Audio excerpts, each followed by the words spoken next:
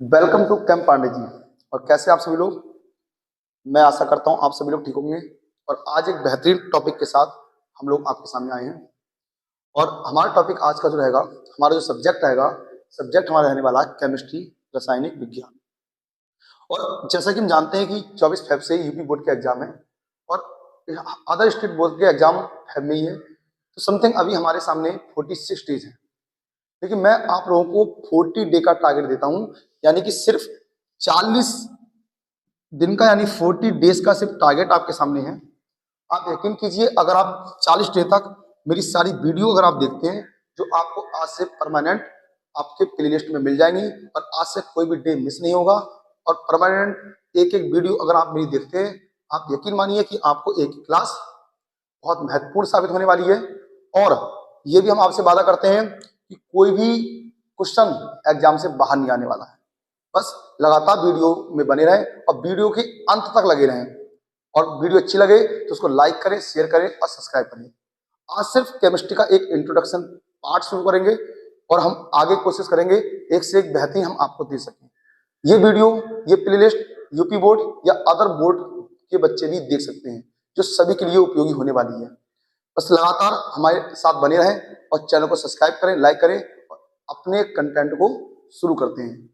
आज कोशिश करते हैं कि ज्यादा से ज्यादा इंट्रोडक्शन पार्ट बताया जाए आपको। जैसे कि हमारा क्या है आज का टॉपिक, मैं थोड़ा बिलियन का एक सॉल्यूशन जो हमारा है इसका इंट्रोडक्शन शुरू करना चाहता हूं।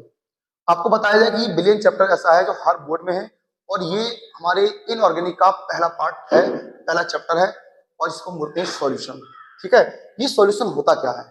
तो हम सभी लोग क्या जानते हैं कि दो अथवा हम सब लोग क्या जानते हैं कि दो अथवा दो से अधिक, दो अथवा दो से अधिक समांगी पदार्थ का जो मिश्रण होता है, समांगी पदार्थ का जो मिश्रण होता है वो क्या कहलाता है बच्चे? तो वो बिलियन कहलाता है। ये सब बच्चे जानते होंगे कि दो या दो से अधिक समांगी पदार्थ का मिश्रण ही क्या कहलाता है?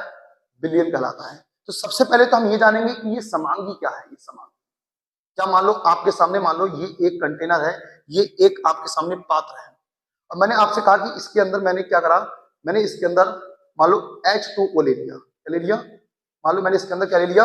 H2O ले लिया। तो ये हमने यहां से जो H2O ये वाटर लिया है, तो क्या ये सॉल्यूशन है? तो हम लोग कहेंगे ये सॉल्यूशन नहीं है, क्योंकि सॉल्यूशन क्या होता है? दो या दो से अधिक पदार्थों का मिश्रण होता है। बहुत ध्यान से बात को समझेंगे। अगर मान लो इसी जल में मैंने क्या करा, यहां पर थोड़ा सा मैंने मान लो रेत डाल दी, जिसे कहते हैं हम लोग बालू डाल दी, तो क्या अब ये विलीन बन सकता है? विलीन ये अब भी नहीं बनेगा, क्योंकि रेत क्या जल में घुल जाती है? रेत जल में कभी भी नहीं घुलती है। तो अब विलीन है क्या? विलीन समांगी पदार्थ। तो विलीन जानने के लिए पहले ये जानना जरूरी है कि समांगी पदार्थ क्या होते हैं। तो समांगी पदार्थ वो होते हैं जो डिजॉल्व हो जाते हैं, जो वाटर में घुल जाते हैं।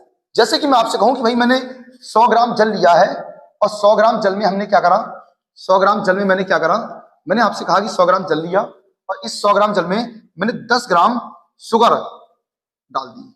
शुगर मतलब चीनी डाल दी मान लो। तो क्या चीनी पानी में घुल जाएगी? हाँ बिल्कुल घुल जाएगी। और घुलने के बाद क्या बनेगा? तो आप लोग कहोगे सर अब तो शरबत बन जाएगा। तो ये जो शरबत बना है ना, ये शरबत, ये जो शरबत बना है, तो यही तो विलीन है। यही शरबत जो बना है, यानी कि ये जो शरबत बना है भाई, यही तो विलीन है। अब शरबत कब बनता है? तो हम लोग जानते हैं कि जब पानी और चीनी को मिलाते हैं। तो यहाँ दो पदार्थ हो गए, एक तो शुगर हो गई और एक वाटर हो गया। तो जब ये घुलने के बाद जो बनेगा वो बनेगा क्या चीज? विलीन बनेगा। लेकिन यहां से आपको दो चीजें जो जाननी है अच्छे से, वो ये जाननी है कि विलय क्या होता है, कि विलय क्या होता है और विलायक क्या होता है। और इसको हमें रटना नहीं है, क्योंकि आप लोगों ने शायद हर बच्चे ने पढ़ रखा होगा कि विलयन में जिस अवयव की मात्रा सबसे कम होती है वो विलय कहलाता है और जो अवयव अधिक मात्रा में होता है वो विलायक कहलाता है। हम सब लोग जानते हैं, लेकिन रटने से काम नहीं चलेगा, क्योंकि हमको विलयन के करने हैं न्यूमेरिकल। तो न्यूमेरिकल के लिए हमको क्या करना है, हमको प्रैक्टिकली सीखना है। न्यूमेरिकल के लिए हमें क्या सीखना है, प्रैक्टिकली सीखना है। तो प्रैक्टिकली हम लोग कैसे सीखेंगे, तो इस बात को हमें समझना है थोड़ा सा। प्रैक्टिकली कैसे सीखेंगे, इस बात को देखें।